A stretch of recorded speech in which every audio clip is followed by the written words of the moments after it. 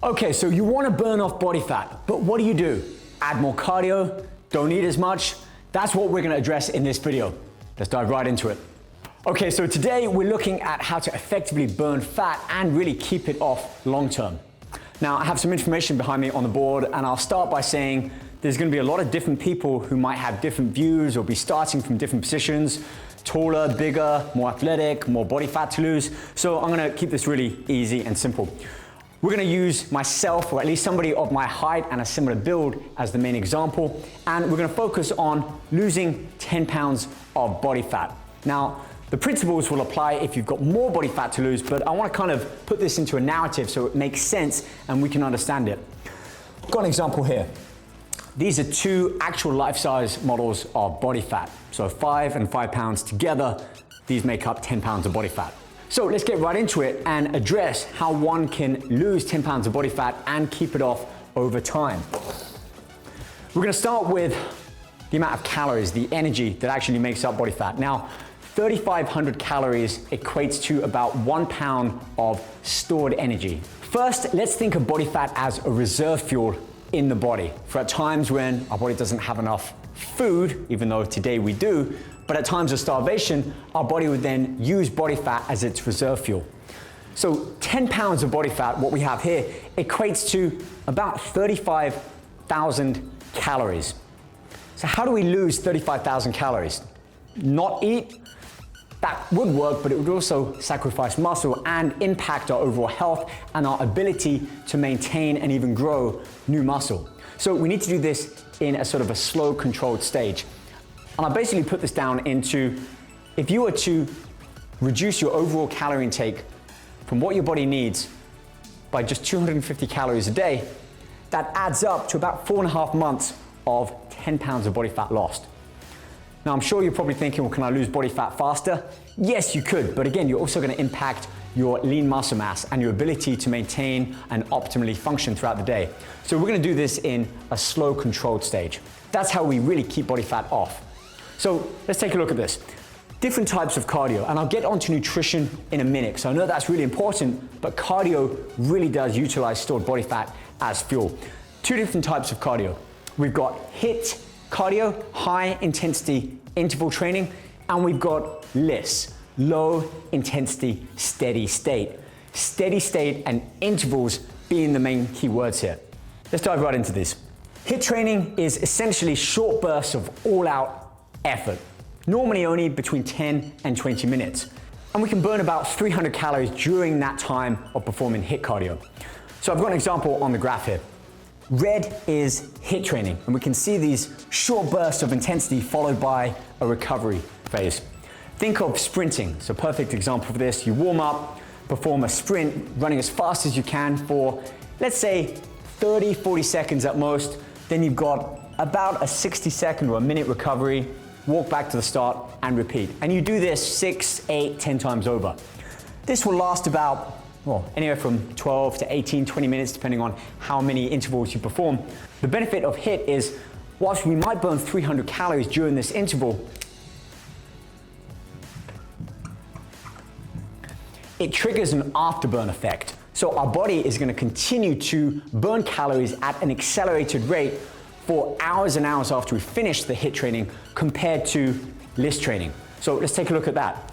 Our low intensity steady state, which is basically performing an exercise for the duration of time, sat on an upright bike, just pedaling, enough intensity where you can still maintain conversation, and we perform that for, let's say, 30 to 60 minutes.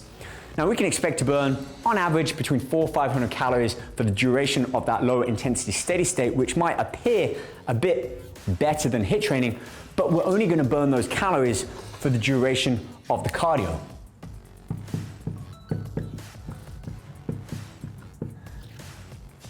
Now, I've seen some reports that say HIIT training will boost your metabolic rate by up to 8% for 24 hours.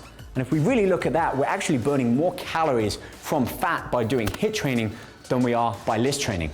But HIIT training can really be quite intense, and take it from me, it can take it out of you. So it's not something I'd say, hey, do this every day. So let's look at the frequency. Now, this might be something that we would build up to, and I'll get to that a little bit later on, but a really easy approach is to say, okay, well, Monday, Wednesday, Friday, I'll perform low intensity steady state. And it doesn't always need to be for an hour. We can do 30 minutes on a bike, 45 minutes on a slight incline on a treadmill, maybe 60 minutes, be outside walking, could be on a treadmill again. But again, you've got to maintain that same intensity for most of that time. HIIT training. This requires a lot more effort, so maybe on a Tuesday, on a Saturday, doesn't necessarily need to be every day. You can see I've got a complete rest day there. And over here on Sunday, I've got an active rest day. So if you play sports or take your bike out, that could be a great way to continue increasing your calorie expenditure through exercise without needing to commit to a certain type of cardio. Let's move on and have a look at calorie intake, because what we put into our body really does impact whether we're feeding the muscle, nourishing the body, or really just continuing to put away excess calories in the form of fat. Now, I understand this will differ from person to person, but let me give you a sort of general understanding of this. Take a 180-pound person, near enough my height, my build, and let's say that person wants to lose about 10 pounds, and they understand that they're gonna lose it over several months. An easy approach to this is to say, okay, let's have between 10 to 15 calories per pound of body weight. Now, I've used this scale because if somebody's carrying a lot of body fat, then they can afford to drop their calorie intake down a little bit. And if they're still quite lean, they don't want to sacrifice the muscle that they've already kind of built up over the past couple of years, might be as high as 14 or 15. Let's use an average of that. Let's go for 12. 12 calories per pound of body weight gives them about 2,160 calories needed a day. Let's call that 2,200 calories. Now, out of that, how much of that comes from protein, carbohydrates, and fats? Now, bear with me on this. I use a standard model of 40, 40, 20 for protein, carbs, and fat. Therefore, out of my 2,200 calories, 40% of that will come from protein, 40% of that will come from carbs, and about 20% will come from fat. And the reason for that is I still want to feed the muscle and burn the fat. And through cardio, I'll be burning the fat. And also through calorie restriction, I'll be burning the fat. But I don't want to do all of that all together at once. So we're going to stagger that over the course of the weeks. Now, you might be thinking, well, isn't that high protein? Isn't that high carbs? To a degree, you might think that. But if we cut back on our protein, let's say the standard rule of thumb is under a gram of protein per pound of body weight, then we're looking at about 160 grams of protein. Still might seem quite high, but then you've got to think, well, how much of the remaining calories are we going to make up from carbohydrates and fats? Protein are the literal building blocks of our body, so they are the most important macronutrient, especially when it comes to resistance training, which we'll touch upon on another video. The benefit here is each week I'm making small adjustments. I'm taking away about 100 calories from carbohydrates alone, which is about 25 grams of carbs each week. So after 4 weeks into the second month, I restricted my carbohydrate intake by half. I'm still keeping my protein and fats, and you can see here, I'm still including plenty of fiber and water. Not necessarily macronutrients, but still key nutritional support when it comes to fat loss. Fiber especially, it's roughage, and it's also gonna slow down the digestion of the food. So by making these small increments each week, and also by increasing my cardio, you can see here I can add a little bit more extra onto Monday and Wednesday. I've got Thursday that I can add cardio in. I might split my HIIT training to include 3 of them instead of 2.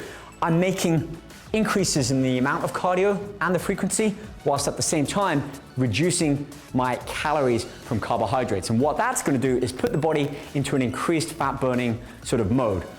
We're burning calories from the cardio, we're restricting the energy from carbohydrate for the body, kind of coaxing it to then use more body fat for fuel. Again, that's the key. Coax fat loss, don't force it. Hence why we're making these small adjustments each week and gradually increasing or adding the frequency to our cardio each week. I understand this is a real kind of black and white approach to it, but hopefully this then gives you a better understanding of what type of cardio to do, how often, your calorie intake, again, making sure that you are feeding your body enough food, because at least this way we can restrict it over the coming weeks rather than start off too low, not have enough calories, and then you're still gonna restrict it.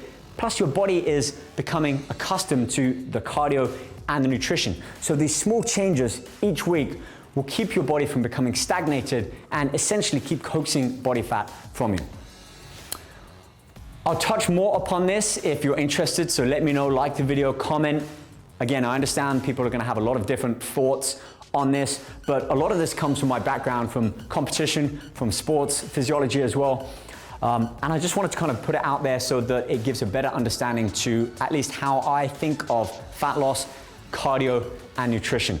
So there we go. I'll include more information in the video description. Check out the next video, which is all about fueling the muscle. And we've got another video where I'm in the kitchen breaking down nutrition from a caloric point, including foods, meals, and nutrient timing. So be sure to check those out. I'll include more information in the video description. All right, guys, till next time, keep training hard, stay focused.